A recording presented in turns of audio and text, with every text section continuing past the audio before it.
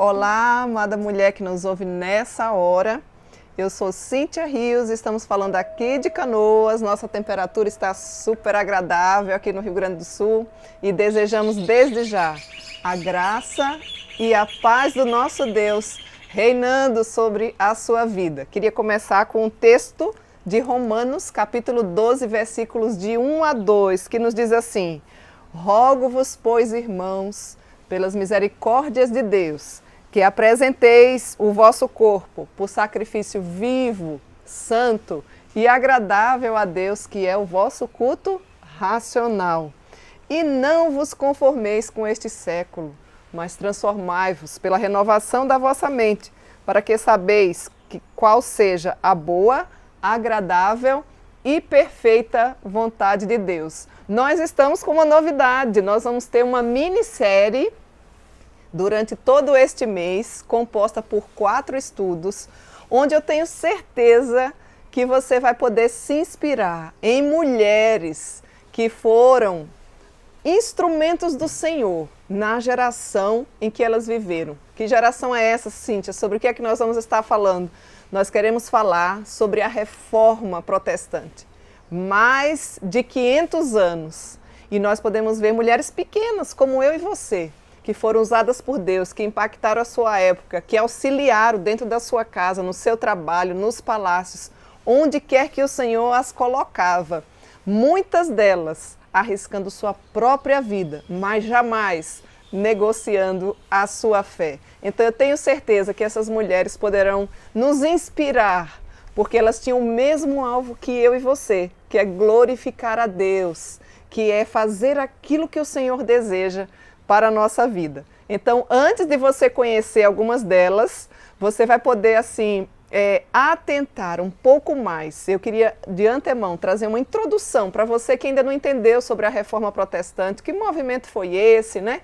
Às vezes os nossos livros nos trazem tantas coisas, mas nós queremos aqui trazer, de fato, aquilo que ela é, aquilo que representou um marco na vida de toda geração, inclusive das nações que puderam assim abraçar a reforma. Certamente foram nações muito bem-sucedidas e abençoadas pelo nosso Deus. Queria então que você atentasse aí para um texto escrito pelo nosso pastor Daniel Alves, da Igreja Presbiteriana de Canoas, que tem como título Reforma Protestante, um legado de mais de 5 séculos. Na tradição calvinista, o seu pilar sustentador sempre foi a sua forte ênfase na centralidade das Escrituras Sagradas do Antigo e do Novo Testamento, a Palavra de Deus.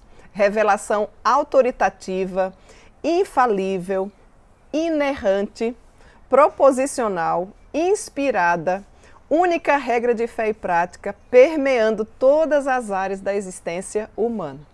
A Reforma foi um movimento teológico-religioso que abrangeu todas as áreas da vida e que trouxe grande progresso espiritual, econômico, social, político e educacional para uma época de trevas, onde a exploração, a injustiça e o erro dominavam. A Reforma veio para mudar esta realidade inicialmente na Europa e depois em todo o Ocidente e no mundo. Foi um movimento que gerou profundas mudanças em todos que a ela aderiram.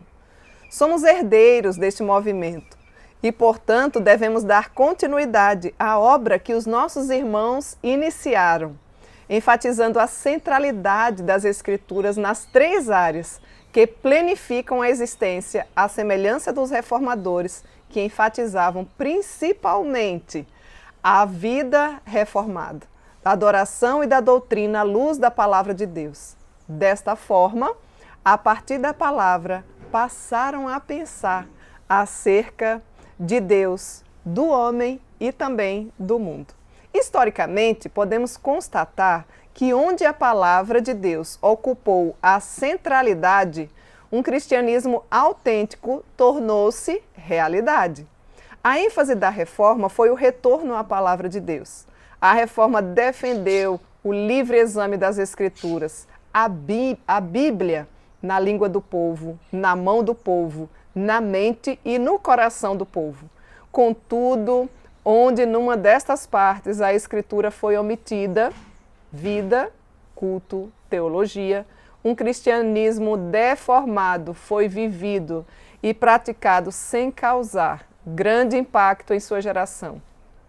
Pois a fé reformada compreende que a vida, o culto e a teologia precisam ser centrados nas Escrituras. Kuyper dizia que a religião não pode ser parcial ao lado da vida, mas deve exercer controle sobre toda a nossa existência.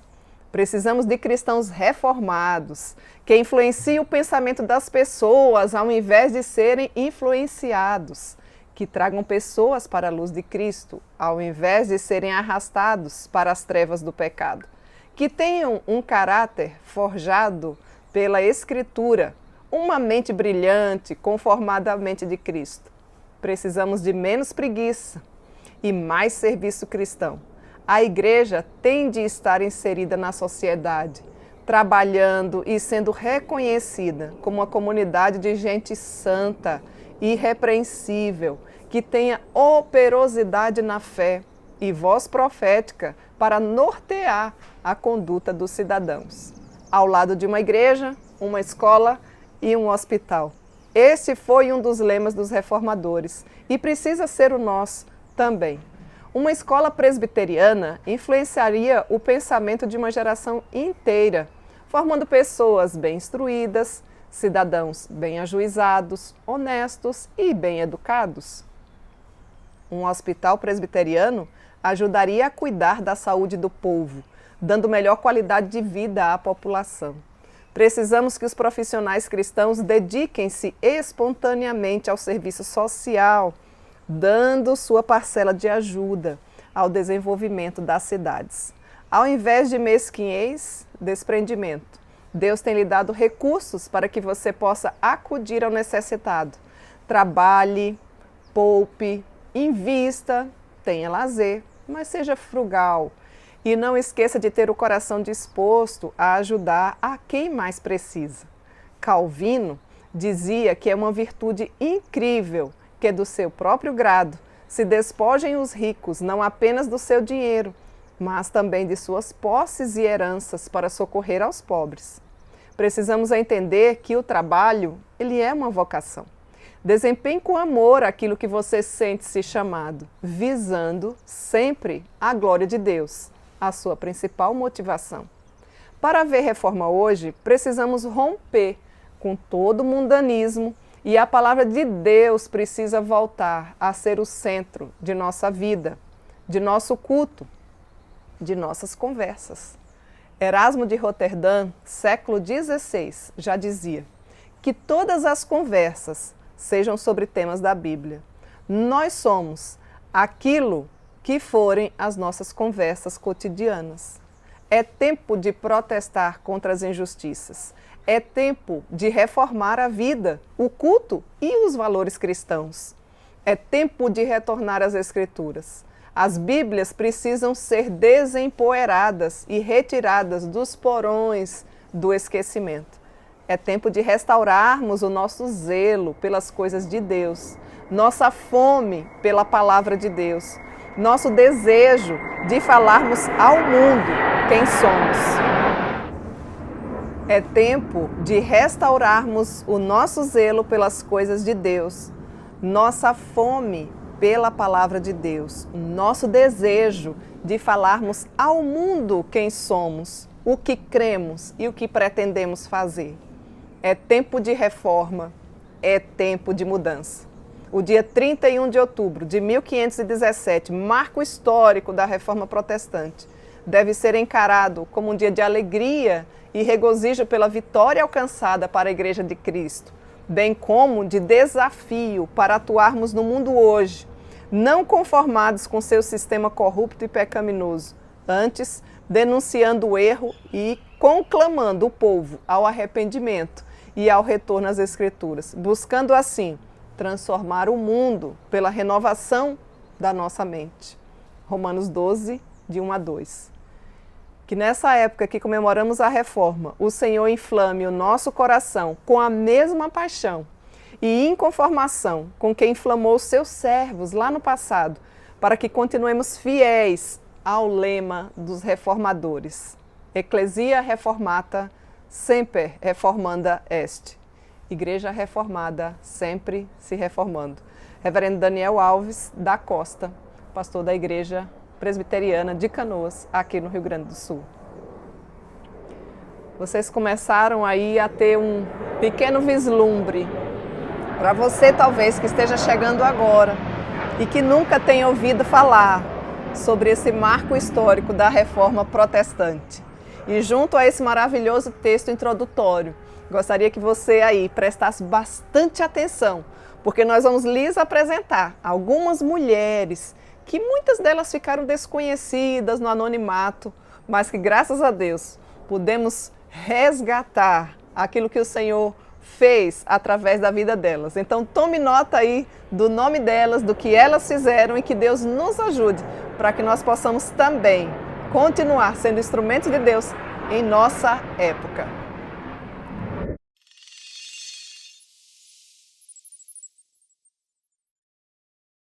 Henriette Catarina. Quem foi essa mulher? Henriette, você já ouviu falar alguma coisa sobre ela?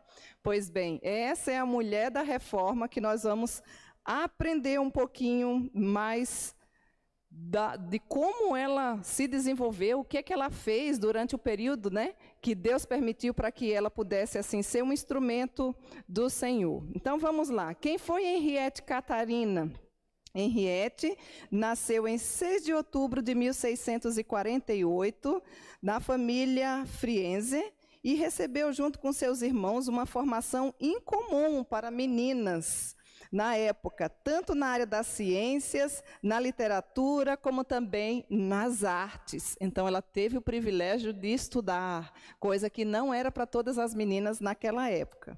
De descendência nobre, ela dominava diversas línguas. Era uma moça, uma mulher muito inteligente. Vejam bem, quais eram as línguas que ela dominava. Francês, e olha, gente, que não é fácil. Não é fácil nos dias de hoje, não é? Com essa facilidade, imagina naquela época.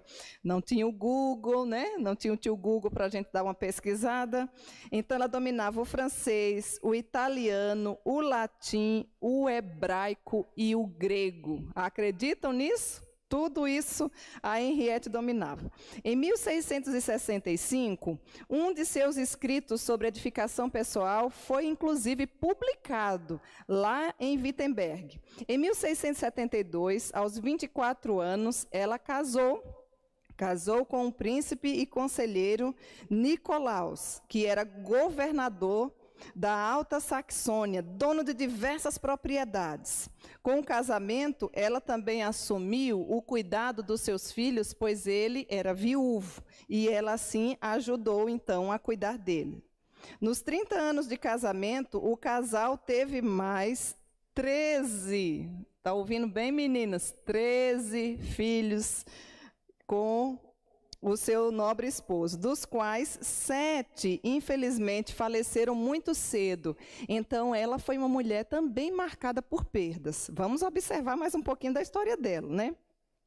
Teve como tarefa administrar uma casa sempre enorme e sempre cheia de visitantes. Ela era uma mulher hospitaleira. Aliás, essa é uma das qualidades que o nosso Deus nos ensina nas Escrituras, para que eu e você, qualquer mulher que quer se tornar bíblica, tenhamos hospitalidade. Ela já tinha aprendido e ela era assim. Ela aproveitou o seu lugar, então, de poder e o contato com muitas pessoas para influenciar questões importantes na igreja e também no Estado, bem como para apoiar muitas pessoas, inclusive aquelas que tinham e sofriam por perseguição religiosa. Trocou correspondências, inclusive, com muitos cientistas da época. Olha a audácia dessa mulher, né? E alguns teólogos. Foi conhecida por sua piedade pessoal. Era uma mulher que quem conhecia ela dizia, ali tem uma mulher de Deus. É assim que as pessoas lhe veem? Vamos lá, que tem mais coisa boa. Vamos lá. Ela, então, era uma mulher conhecida por, de fato, anunciar as boas novas de Jesus Cristo. Trocou, então, as correspondências com os cientistas, com os teólogos, e, junto com seu esposo, ela sempre participava dos cultos, inclusive instruções do pregador Philip Spener, que era um homem muito importante na época, né? Um dos grandes teólogos. O casal a apoiava as necessidades da religiosidade local como bons administradores. Henriette e o marido apoiaram também as igrejas e várias escolas lá na Saxônia. Ele trabalhou por leis para melhorar o sistema escolar, enquanto ela se empenhou para que as crianças de todas as classes sociais recebessem instrução, especialmente as meninas, porque não era comum naquela época, né? Em 1704, por iniciativa dela e do seu irmão, foi criada em Altenburg a Fundação Madalena, que era o que essa fundação? Era um local onde servia de refúgio e de formação para todas as meninas cristãs e jovens que eram totalmente empobrecidas. Uma espécie de um abrigo onde eles tinham todas as necessidades básicas sanadas e mais o conhecimento da palavra de Deus. Além disso, o nobre casal se empenhou para que também os professores e os pastores da sua região sempre tivessem a sua subsistência garantida, ou seja, que não lhes faltasse aquilo que lhe era de básico na questão financeira e de sobrevivência. Henriette também apoiou a tradução da Bíblia para a língua do povo e intercedeu pelas pessoas perseguidas pelo movimento da Contra-Reforma na época. Por causa da sua intervenção, 1.500 crianças de famílias protestantes que haviam sido separadas à força dos seus pais para serem recatolizadas foram devolvidas às suas famílias. Olha que mulher magnífica, que mulher que tinha um coração voltado às coisas do Senhor. Poderia simplesmente dizer, já tenho muitos filhos para criar, não quero me incomodar com outros. Mas a mulher reformada é uma mulher que observa as necessidades, depende do Senhor e influencia, mesmo reconhecendo a sua pequenez, o ambiente em que vive. Então, nada mais, nada menos, eu vou repetir aqui, do que 1.500 crianças foram devolvidas às suas famílias, porque se converteram às Escrituras, e na época havia perseguição, então elas foram tiradas à força dos seus pais, para que pudessem ser recatolizadas, ou seja, instruídas novamente na sua antiga igreja, e assim ela lutou e conseguiu devolver cada uma delas para as suas famílias. Entre outras coisas, Henriette também contribuiu com a reforma protestante através da composição de muitos e muitos hinos e poesias. Olha outras habilidades aqui dessa querida mulher. Alguns deles foram incorporados em hinários cristãos, ainda durante a sua vida, mas somente após a sua morte foi publicada uma coletânea com 99 hinos e poesias, o que muitos deles ainda são cantados até os dias de hoje. Com a morte do seu esposo, em 1702, ela se mudou com as suas filhas menores e também a sua filha mais velha, ficando viúva desde 1700, mas teve o privilégio também de conhecer o seu netinho, chamado Nicolaus. Por diversos anos, ela foi responsável, inclusive, pela educação do seu neto, que publicou vários de seus hinos também no Inário editado em 1725, que foi, inclusive, dedicado a ela. No sepultamento de Henriette, em 1726, o neto leu as palavras do Salmo 126, verso 6. Quem sai andando e chorando enquanto semeia, voltará com júbilo, trazendo os seus feixes. Então, aqui nós conhecemos um pequeno vislumbre, porque teríamos muito mais para falar sobre muitas mulheres. Não apenas Henriette, hoje nós estamos falando sobre ela, mas durante todo esse ano nós pudemos ter o privilégio de poder pesquisar e trazer para vocês instruções, relatos, vislumbres de mulheres que fizeram a diferença ali onde o Senhor queria, no seu ambiente familiar, no seu ambiente municipal, estadual, país, e onde o Senhor as colocava. Normalmente mulheres que não tiveram vidas fáceis, mulheres que foram comuns do dia a dia, mas que entenderam a graça do Senhor e puderam assim fazer a diferença. Por que que nós trouxemos, você pode perguntar, estudos sobre mulheres da reforma?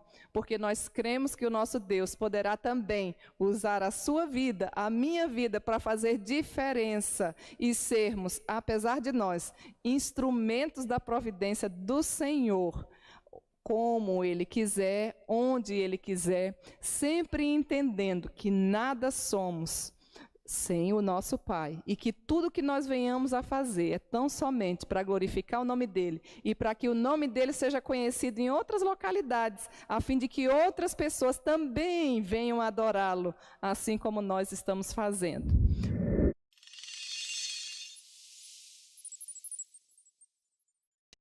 A gente gostaria que você atentasse aí o seu ouvido para aprendermos um pouco mais, ou talvez você nunca nem tenha ouvido falar, sobre Margarete de Navarra. O que é que você sabe sobre essa mulher? Sabe quem ela foi? Também foi chamada de Rainha de Navarra. Atente então a um pouquinho da sua história. A primeira princesa a se tornar reformada foi a Rainha Margarete de Navarra.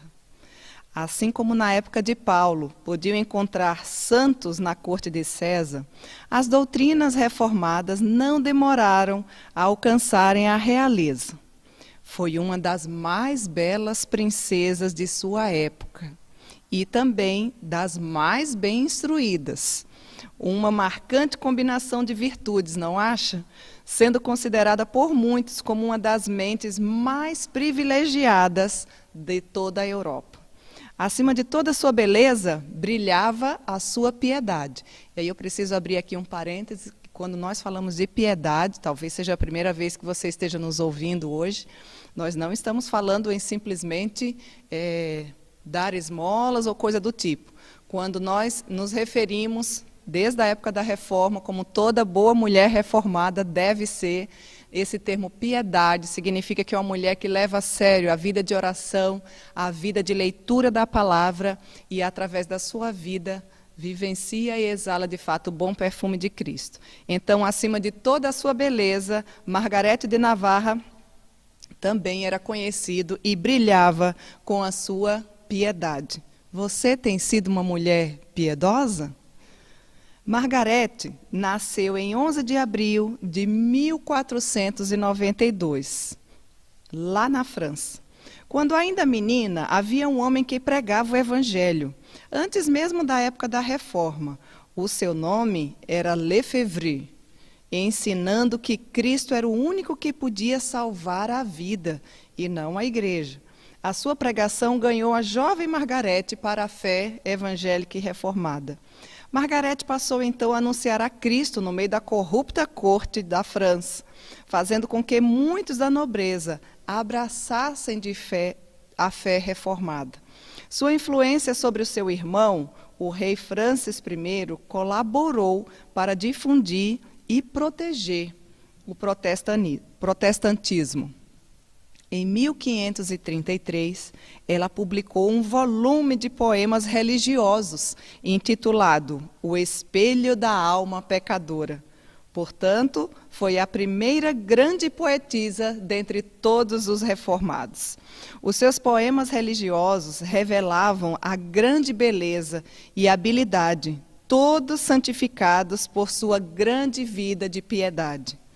Quando percebeu que não conseguiria mais utilizar sua influência para introduzir o protestantismo na França, ela o usou para protegê-lo, especialmente após o início das perseguições aos reformados, muitas vezes salvando a vida de muitos, através do seu cuidado. Entre vários que ela conseguiu salvar da prisão, inclusive. E por que nós estamos falando isso? Porque naquela época da reforma, mas foram muitas as pessoas que, por conta da sua fé, foram presos, muitos deles queimados e uma grande quantidade morto de fato. Então, quando você sempre vê também aqui essas expressões de prisão, né? Eles eram executados. Por quê? Porque não negavam a sua fé. E a Margarete de Navarra, essa rainha aqui querida da cidade, como assim era conhecida na sua época, também passou por toda essa turbulência. E não era por estar fazendo nada de errado, simplesmente por confessar que Jesus Cristo era o único Senhor e Salvador da sua vida. Então, ela, entre vários que ela conseguiu salvar da prisão, destaca-se então Marot, que era o seu servo pessoal, que mais tarde traduziu os salmos, inclusive para a própria língua francesa, o que facilitou para que as pessoas de fato conhecessem as verdades do Senhor, né, porque até então não tinha, os quais também têm sido contados naquela igreja pelos últimos 3 séculos. Todos esses salmos que foram traduzidos. Imagina que riqueza de obra, né? 3 séculos e ainda segue-se lendo e contando.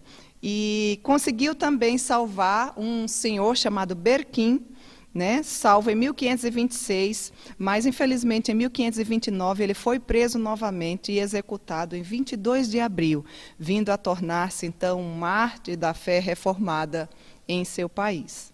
Em 1527, Margarete casava-se com o rei de Navarra, por isso mesmo esse nome, né? O reino do seu esposo não tinha sido ainda exposto às doutrinas da reforma, mas Margarete, como uma boa mulher reformada, começou então a espalhá-las através do seu exemplo e da sua influência, as verdades das Escrituras ali na corte. Costumava então a parar um tempo para ler as Escrituras, fazer uma espécie de cultos privados nos seus aposentos, os quais Lefebvre ou Russell pregavam.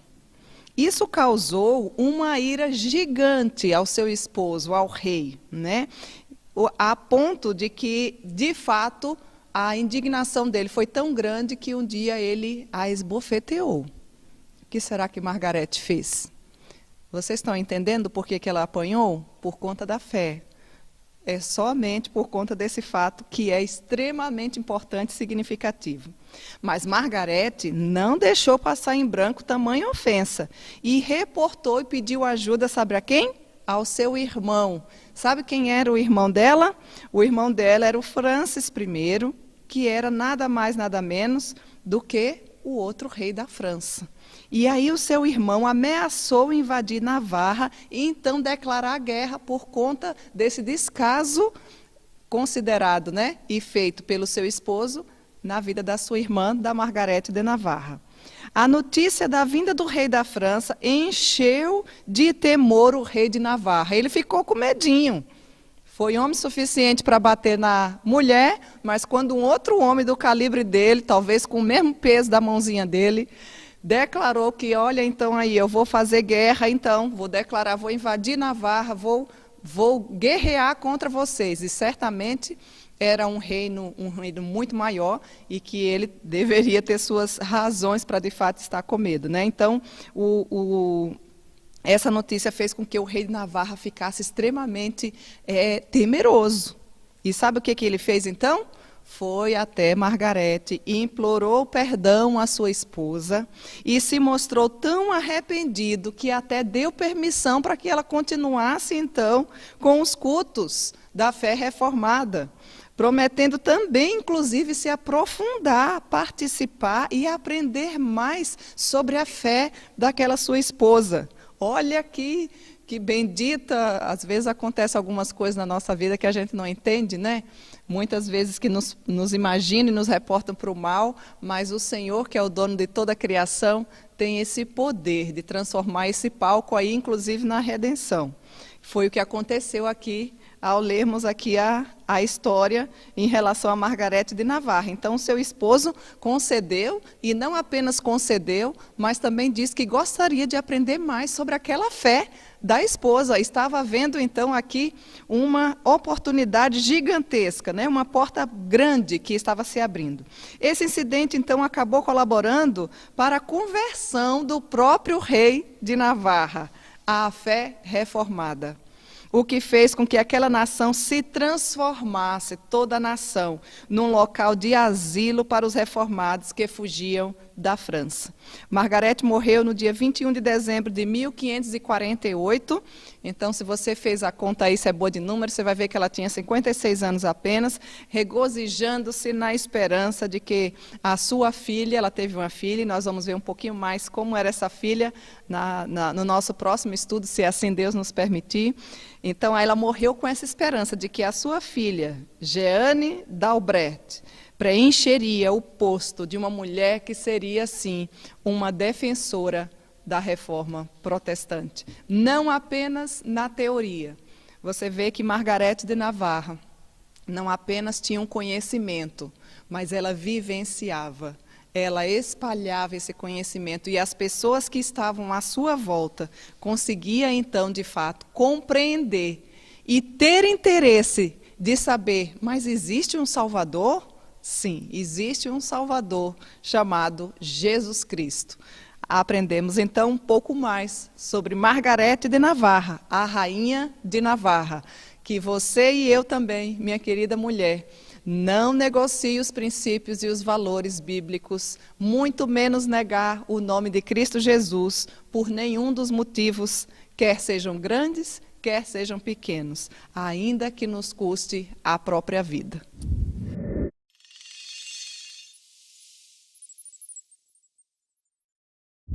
Apolônia Richer.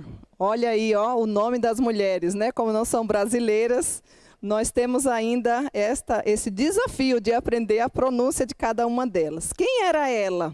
Vamos aprender um pouco? Apolônia foi uma mulher muito rica, que colocou os seus bens a serviço de toda a sua comunidade. Abre parênteses, é coisa rara da gente ter e perceber nos dias de hoje, não é verdade? Quando seu esposo faleceu, ela possuía uma moradia bem confortável e mais 3 outras casas muito bem localizadas no centro da sua cidade, que ficava numa região de fala alemã, onde hoje faz parte da Romênia ou da Europa Oriental. A Polônia, ela tinha uma grande habilidade na área do comércio. Ela tinha muita facilidade com as finanças, era uma excelente administradora financeira e ela comercializava ferramentas. E olha que aquela época era uma época onde não era tão fácil fazer isso, ainda mais para uma mulher, né? Então ela comercializava ferramentas, tecidos e imóveis. Os registros nas alfândegas daquele tempo provam, sim, os seus contatos que iam desde a Austrália até o Império Otomano, hoje a atual Turquia. Nos 5 anos que se seguiram da morte do seu marido, ela construiu um gigante, por que não dizer um enorme pavilhão comercial no centro da sua cidade. Naquela época deve ter dado muito falatório, né? A Polônia enfrentou os desafios e ultrapassou a sua época. As paredes laterais eram de 70 metros de comprimento, o qual oferecia um espaço para várias bancas disponibilizadas para toda a comunidade. Nos idos de 1887, a rua em frente a esse prédio recebeu inclusive o seu nome, sendo a primeira rua da localidade a receber o nome de uma mulher. Até então, nenhuma outra rua havia recebido o nome de uma mulher. Então, a comunidade reconhecia que aquela mulher, de fato, fazia diferença ali na sua época, né? Vamos seguir mais um pouquinho aqui. Quando faleceu no dia 31 de dezembro de 1547... eu não falei a data de nascimento dela, porque nós não temos esse registro. Então, só temos o registro da data do falecimento. Um dos organistas da sua época registrou na crônica da cidade. Ela foi uma das mulheres mais inteligentes e sábia, que fez muitas obras de caridade e demonstrou grande bondade, principalmente com a sociedade, de forma exclusiva com os mais empobrecidos. A Polônia viveu na época em que a reforma iniciou lá na região da Transilvânia. Ela mesma ajudou a divulgar a doutrina reformada. E isso ficou documentado em um livro didático, na época, em 1933, onde o autor escreveu: quando Jones trouxe a fé evangélica para este lugar, a viúva virtuosa e piedosa, chamada Apolônia Richer, ajudou-a com muito entusiasmo o seu marido. Então veja que era uma mulher que caminhava junto. Um dos reformadores havia editado um escrito que chamou de Livrinho da Reforma, e este livrinho era conhecido, inclusive, por Lutero, que o recomendava a outros pregadores e a outras mulheres da época. Ele continha determinações claras sobre a doutrina bíblica e a vida cristã, totalmente fundamentada e baseada na Bíblia, e abordava temas como batismo, Santa Ceia, mas também falava muito sobre assistência a pessoas empobrecidas e órfãs, que era um dos principais focos, ou diríamos assim, uma das principais áreas onde essa querida mulher chamada Apolônia exercia o seu serviço ao Senhor dentro da sua comunidade como cristã. O evangelho pregado pela Reforma mudou o conceito de pobreza. Se antes se pensava que Deus simplesmente colocava pessoas pobres para que outras pudessem fazer boas ações, agora se dizia: temos e precisamos trabalhar também, além dessa verdade bíblica, para lutar contra a pobreza. Todas as pessoas devem sim trabalhar pelo seu sustento de forma digna. E quem por algum motivo não consegue sustentar a si e a sua família, aí sim merece ser ajudada. Então vejam que a ideia não era simplesmente: eu nasci pobre, vou ficar aqui aguardando, sei lá, uma cesta básica ou um Bolsa Família. Não.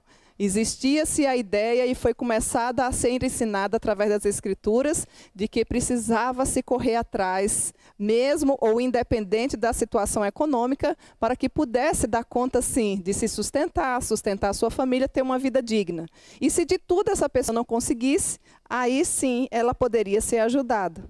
A Apolônia doava periodicamente grandes e gigantes somas dos seus rendimentos aos órgãos da cidade, que administrava assistência às pessoas empobrecidas. Então, ela sempre favorecia os mais empobrecidos. Sua contribuição para a educação das mulheres é sinalizada como positiva, quando, por exemplo, a Associação de Mulheres Protestantes encomendou, em 1896, a confecção de uma pintura sua para ser colocada em uma das salas da escola para meninas. Vocês devem lembrar que a escola não recebia naquela época mulheres, né? Então era uma luta para poder a mulher também conseguir estudar. No ano de 1908, Frederic pintou um retrato de Apolônia para colocar no prédio construído em lugar de sua antiga casa. Nesse prédio funcionava na época o Banco Nacional da Saxônia. Sua contribuição econômica e social também é contada através de contos e lendas, inclusive inclusas nesse livro didático pelo qual eu já mencionei, escrito em 1933. Em 1999, foi criado o Prêmio Apolônia Richer, que homenageia pessoas com relevantes contribuições para a comunidade alemã.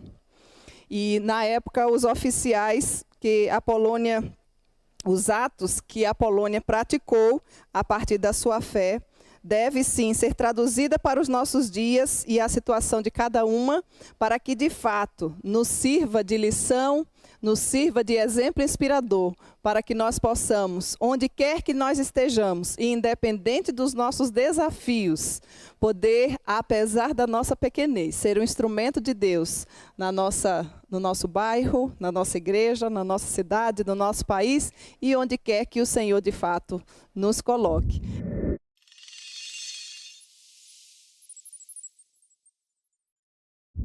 René de France, já ouviu falar alguma coisa? Vamos tentar passar um pequeno vislumbre sobre essa mulher. René foi uma princesa, sabia disso? Assim como vocês, né? As princesinhas de Cristo. Nascida em 25 de outubro de 1510, lá na França, lá do outro lado do nosso Brasil, né?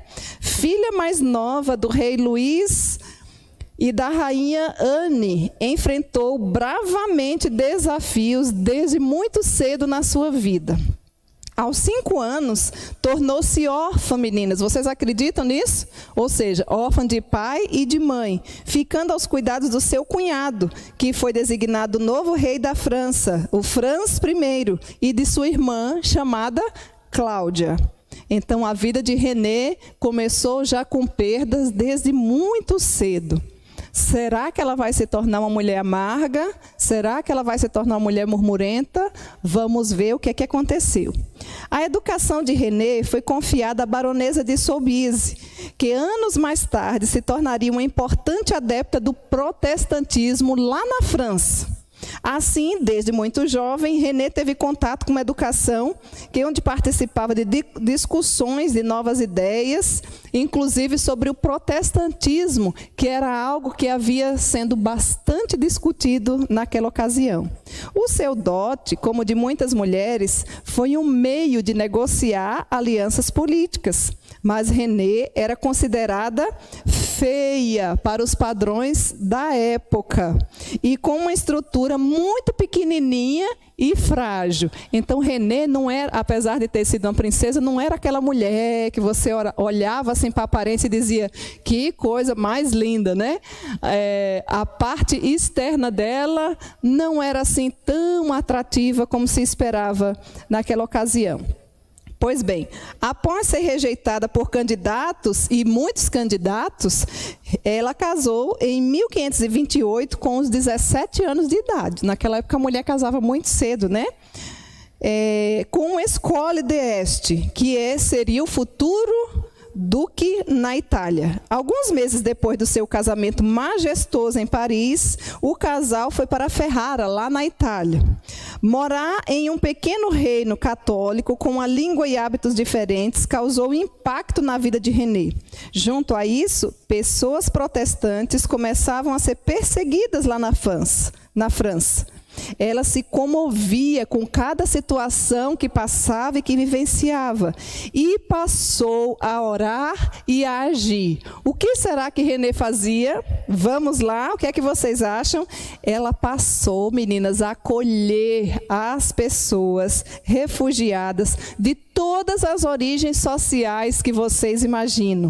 E eram também, consequentemente, perseguidas por conta da sua fé. Foi assim, então, que ela conheceu um dos principais reformadores. Quem será ele? João Calvino, né? Que muito nós presbiterianos devemos, né? Pela sua grande influência, que em 1536 foi acolhido, inclusive, por René. Olha que importância dessa mulher, a importância da mulher em auxiliar e observar aquilo que o Senhor vai colocando no dia a dia. Acolheu quem, Cíntia? João Calvino. Olha aqui. Grande é o galardão dessa mulher, né? Também nesse período ficou amiga de Olímpia Morata. Olímpia Morata nós já vimos sobre a vida dela. Na nossa playlist você vai ter várias mulheres da Reforma e da Bíblia, uma série que você pode ouvir aí à vontade, que era participante do movimento da Reforma. O marido de René tentou então impedir o movimento dela, mas foi sem sucesso, porque a sua fé era sempre associada à teoria e à prática. Com a contra-reforma da Igreja Católica, a perseguição ao movimento protestante tornou-se mais dura, com punições mais severas, com casos de tortura, inclusive muitas e muitas mortes. E aumentaram as pressões sobre o marido de René, para que ele a impedisse de exercer as suas atividades de acordo com o que a Bíblia dizia. René, então, foi acusada pela igreja que nós estamos falando, a Igreja Católica, e ficou em prisão domiciliar, com autorização, inclusive, do seu marido.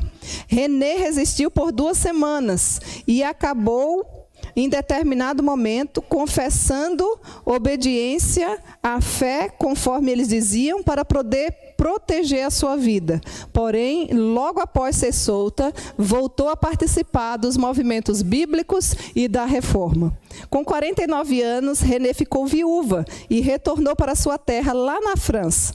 Lá se viu também envolvida no conflito entre pessoas católicas e protestantes. E porque seu genro era um líder católico, René esteve presente na história na histórica noite de São Bartolomeu, em 1572, quando milhares de pessoas protestantes foram assassinadas. Em Paris, tem-se um número registrado, nessa noite chamada, São Bartolomeu, de pelo menos 3.000 pessoas mortas simplesmente por não confessar a antiga religião. Ela sobreviveu, mas perdeu muitos e muitos amigos, netos, familiares e tantos amigos do coração. René não durou muito, morreu 2 anos depois, ou seja, em 1574. E a ela não foi concedido o direito de ser enterrada no sepulcro da família real. Infelizmente, ela foi sepultada em um pequeno túmulo e, com o tempo, a sua localização caiu no esquecimento. René nunca escondeu a sua fé protestante e acreditava que proteger as pessoas que eram perseguidas por conta da sua fé era a única forma de verdadeiramente exercer o seu cristianismo e a sua cosmovisão bíblica. Ela lutava por todas as pessoas que corriam riscos por causa da sua fé.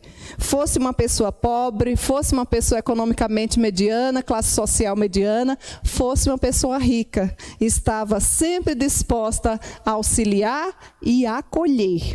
As pessoas refugiadas sempre encontraram hospitalidade, coisa que nos falta nos dias de hoje, e segurança nos cuidados de René. Depois de retornar à França, até mesmo monges e padres buscaram ajuda dessa grande mulher que fez diferença na sua época e em toda a sua região. René nos deixou o ensinamento de que a fé de uma pessoa não deveria ser usada para julgá-la. Sua fé a manteve firme para lutar e salvar muitas e muitas vidas. Sua confiança em Deus e sua história de vida nos encorajam a lutar por causas que parecem muitas vezes ser perdidas, na busca pela dignidade e pelo bem-estar da vida de cada pessoa.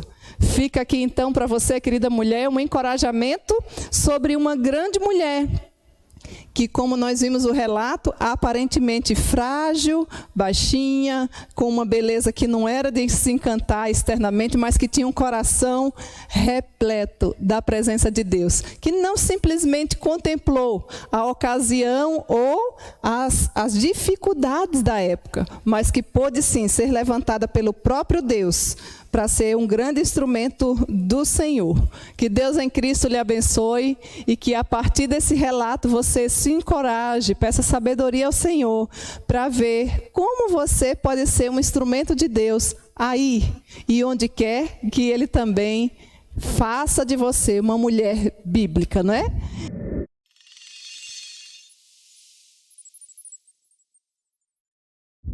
A Emily Juliane. Quem foi ela? Atente aí o seu ouvido para aprender um pouco mais sobre essa querida mulher que também fez diferença na sua época. Em 19 de agosto de 1636, durante o período da Guerra dos 30 Anos, lá na Alemanha, era lá que se vivia. Quando Amélie ela tinha apenas 4 anos, o pai e a mãe faleceram e ela foi viver com sua tia. 5 anos depois, o marido da sua tia também faleceu. Em 1665, ela se casou com o seu irmão adotivo, Albrecht Anton, e se tornou condessa. 3 anos depois desse casamento, nasceu a sua filha, que se chamava Albertine Antonie, mas morreu 2 dias depois do seu nascimento.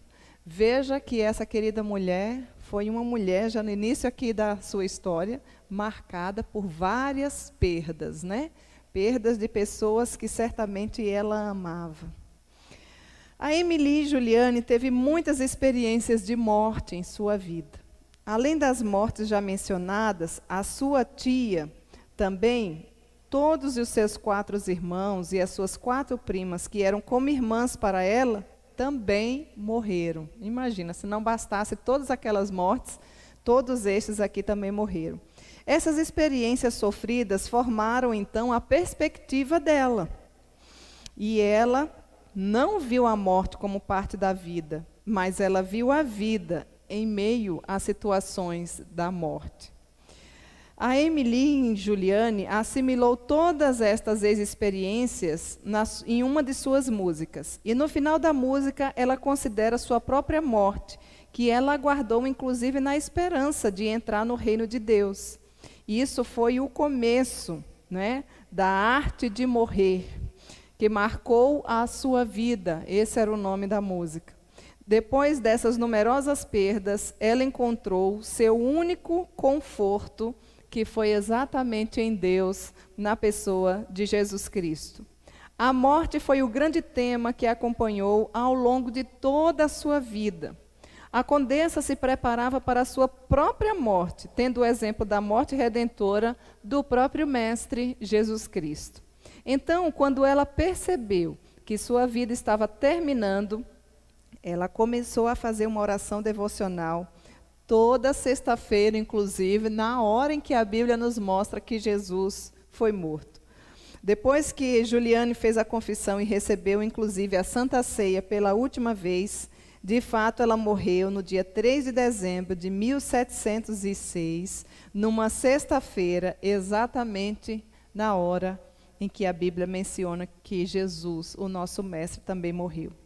A condessa foi uma das compositoras mais criativas do protestantismo.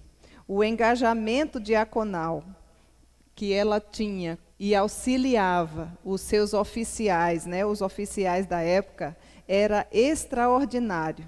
Ela apoiava as escolas de meninas e em várias fundações para pessoas empobrecidas, órfãs e viúvas. E, além disso, ela apoiava várias outras igrejas financeiramente. Em 1683, ela publicou um livro de orações, no qual tratou das situações, inclusive, dentre vários temas, de mulheres grávidas que perderam seus filhos e as suas filhas antes do nascimento, ou até mesmo após o nascimento, como foi o seu caso. Um tema que, na sociedade, de modo geral, não era tratado naquela época, mas ela já havia percebido essa necessidade e, então, assim podia mencionar à luz das Escrituras. Nas orações em canções se encontravam as experiências, inclusive com a morte infantil, pela qual ela passou auxiliando várias famílias naquela época. A condessa lembrou-se das mulheres e famílias da oração regular pela manhã e à noite e tentou, sim, estabelecer como rotina da sua vida de piedade e sua prática, não apenas para ela, mas também para aquelas que a norteava, para aquelas que, de fato, a procurava e para aquelas que conhecia e que convivia com ela. Passou-se, então, a ser algo que toda a população fazia parte. Outro foco do livro de orações foi o trabalho das parteiras, que na época era algo de fundamental importância.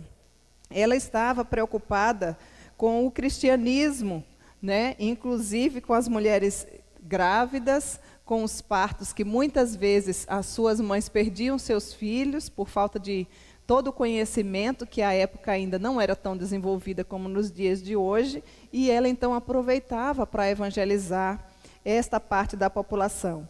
Para ela, todas as pessoas e acontecimentos que são parte desses momentos devem ser confiados somente a Deus, evitando-se ideias e práticas mágicas e sem sentido que apareciam na época. Pois naquela época apareciam muitos disse-me-disse, né?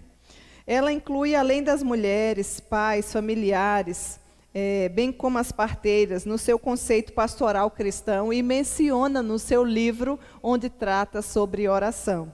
Naquela época, tratar de um assunto como esse e produzir um livro era algo assim extraordinário.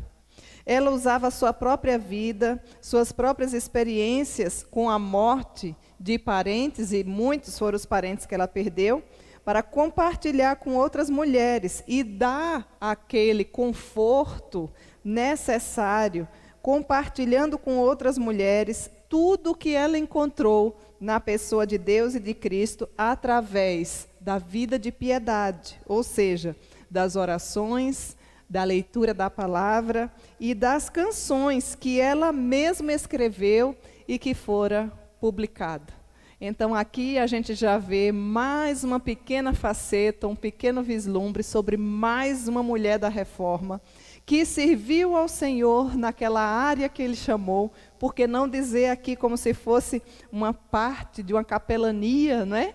Uma capelania que é algo tão importante nos dias de hoje, onde lidava com pessoas, principalmente ali gestantes, que tinham perdas pré-partos ou pós-parto, e ali ela podia, sim, desenvolver, através do mandato cultural, evangelizar as pessoas e, principalmente, falar da pessoa bendita e maravilhosa de Cristo Jesus.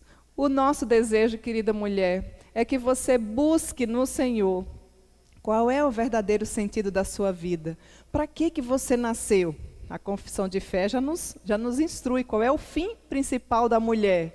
O fim principal da mulher e do homem é glorificar a Deus e gozá-lo para sempre. Se o Senhor te concede vida, Ele tem propósitos para que você desenvolva várias áreas que Ele mesmo vai colocar no seu coração para que o nome dEle seja engrandecido e seja propagado. É por isso que nós trazemos a cada semana um pequeno vislumbrezinho da vida de várias mulheres, cada uma mulheres comuns como eu e você, mas que foram corajosas, mas que puderam anunciar as boas novas de salvação na sua época. Não desperdice o tempo que se chama hoje. Busque em oração ao Senhor, faça a sua parte, busque na palavra de Deus aquilo que Ele verdadeiramente quer que eu e você façamos, que é anunciar as boas novas através da palavra e também através do nosso bom procedimento, como toda mulher reformada deve assim fazer. Que o Senhor Jesus nos abençoe e que nós possamos ter essas mulheres da Reforma também como exemplos para nos instigar, para nos incentivar e que nós possamos fazer diferença onde quer que nós estejamos. Então, você conseguiu observar que maravilha, quantos relatos, quantas inspirações eu e você podemos adquirir através do testemunho e da vida dessas mulheres? Louvamos a Deus pela vida de cada uma delas. E o nosso desejo é que Deus incomode, inflame o nosso coração, para que onde quer que nós estejamos, possamos também ser um instrumento de Deus para glorificarmos o nome dEle através da nossa vida teórica, centralizada na palavra de Deus, juntamente com a nossa vida prática, através das nossas ações. E antes da gente encerrar, gostaria então de deixar alguns abracinhos para vocês. Queremos deixar um abracinho muito especial para a nossa querida Rutinha, Dona Ruth, que está de aniversário hoje. Dona Ruth, que já é uma senhora, que tem servido de exemplo para nós. Que Deus continue abençoando sua vida, que Deus conserve o seu coração nos caminhos dele.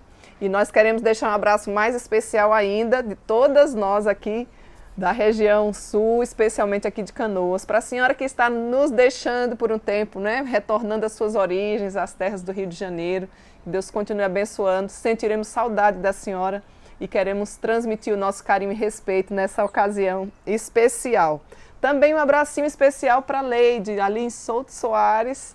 Leide, que esteve completando mais um aninho de vida, não é, Leide? Que Deus continue abençoando sua vida, minha querida, fortalecendo, te concedendo graça e sabedoria. Um outro abraço mais que especial a todas as famílias que estarão conosco nesse final de semana no Recanto da Família, ali em Salvador. Eu tenho certeza que será uma bênção. Então vocês aí de João Pessoa que estarão conosco, de São Paulo, na pessoa da Dona Araci, que sempre nos ouve também, não é? Também ali de Brasília, Dona Carmen, Isabela, que Deus continue abençoando, logo nos veremos. Aqui aquelas que estarão indo do Rio Grande do Sul também, enfim, todos aqueles da própria Bahia que estarão se deslocando, que Deus nos ajude, que tenhamos um final de semana extremamente abençoado, retomando os valores da família, que é algo importantíssimo nos dias de hoje. Um abraço especialmente para vocês. Queremos também deixar um abracinho para a Cris, aqui de Canoas, né, Cris? E sua filhinha Karina, que diz que sempre nos ouve. Então, Karina, bem pequena, já aprendendo da palavra do Senhor, ó, um beijinho especial para você, viu? Também ali para as meninas de Alvorada, De forma especial para Karen, esposa do Silas, e para a Rúbia, esposa do Charles. Um abraço para você, saudade de você, querida.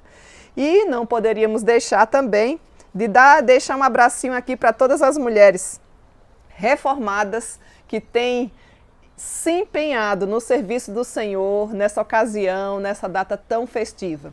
Dona Maria, mãe de Fabrício, aí no Ceará, Moracanaú, eu acho que é esse nome, não é? Um abraço para a senhora, o seu filho me informou que a senhora não perde a Tarde das Mulheres, que Deus continue abençoando a sua vida. E queremos deixar um outro abraço para todas as mulheres que nos ouvem da região sudeste. Que Deus em Cristo lhes abençoe. E nós queremos dizer a todas vocês para não perder o próximo estudo na próxima semana, porque vai ser uma riqueza, uma coletânea de mulheres valorosas, virtuosas, que puderam marcar a sua época. Nós seguiremos na próxima semana aprendendo sobre várias outras mulheres que fizeram parte da Reforma Protestante de forma operosa, assim como o Senhor deseja que nós também sejamos. Até lá, se Deus assim nos permitir.